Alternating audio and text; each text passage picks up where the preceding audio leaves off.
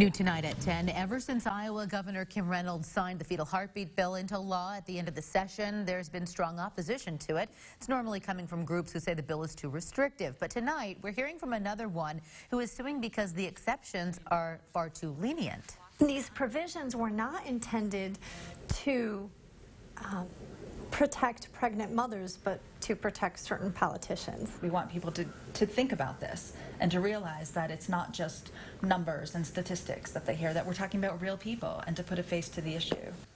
Well, the group's challenge will likely go to court in the next month or so. The case would land in the hands of the governor's office if the group gets a judge's permission to intervene as a third party.